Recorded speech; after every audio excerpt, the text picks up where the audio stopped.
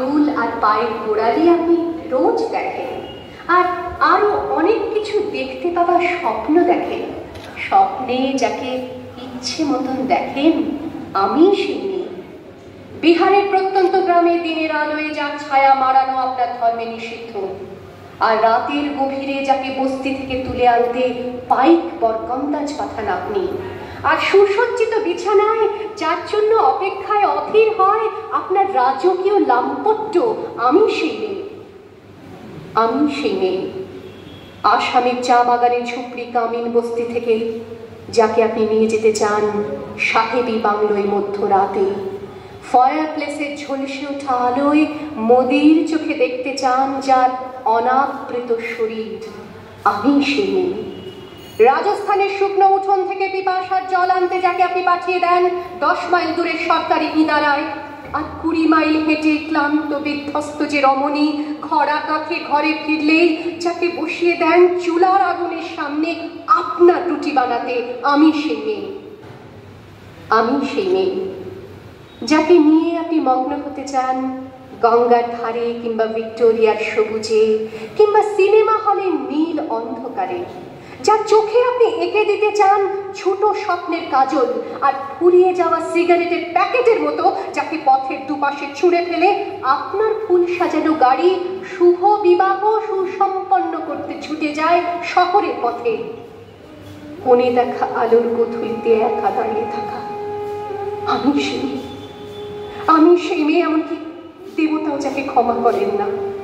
অহংকার আর শক্তির দম্ভে যার গর্ভে রেখে যান কুমারীর অপমান, আর চোখের জলে কুন্তি হয়ে নদীর জলে ভাসিয়ে দিতে হয় কর্ণকে, আত্মযোগে। আমি সেই মেয়ে। সংসারের অসময়ে আমি ভরসা, আমার ছাত্র পড়ানো টাকায় মায়ের ওষুধ কেনা হয়, আমার বাড়তি রোজগারে ভাইয়ের বই কেনা হয়, আমার সমস্ত শরীর প্রবল বৃষ্টিতে ভিজতে থাকে, কালো আকাশ মাথায় নিয়ে আমি ছাতা হয়ে থাকি, ছাতার নিচে সুখে বাঁচে সংসার। আপনি আপনি আপনি আপনারা আপনারা আমার জন্য অনেক করেছেন।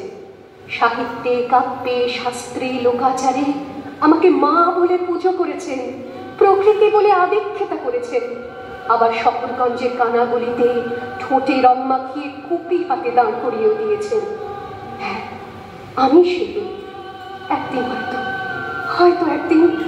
হয়তো অন্য কোনো একদিন আমার সমস্ত মিথ্যে পোশাক ছুঁড়ে ফেলে দিয়ে আমি হয়ে উঠবো সেই অসামান্য। খোলা চুল, মেঘের মতো থাকবে আমার খোলা পিঠ, দু চোখে জ্বলবে ভীষণ আগুন, কপাল ঠিকরে বেরোবে ভয়ঙ্কর তেজরশ্মি, হাতে ঝলসে উঠবে সেই খড়গ, দু পায়ের উপরে বেজে উঠবে রণদুন্দুভি, নৃশংস অট্টহাসিতে ভরে উঠবে আকাশ। দেবতারাও আতঙ্কে স্তব্ধ হয়ে বলতে থাকবে, বাবে পত্র ভাং ঘোরাং মুক্ত কেশিং চতুর্ভুজাং কালিকাং দক্ষিণাং মুন্ডমালা বিভূষিতাং। বিভৎস দাবানলের মতো আমি এগোতে থাকবো, আর আমার এগিয়ে যাবার পথের দুপাশে মুন্ডহীন অসংখ্য দেহ ছটফট করতে থাকবে। সভ্যতার দেহ, প্রগতির দেহ, উন্নতির দেহ, সমাজের দেহ। হয়তো আমি সেই মেয়ে, হয়তোবা।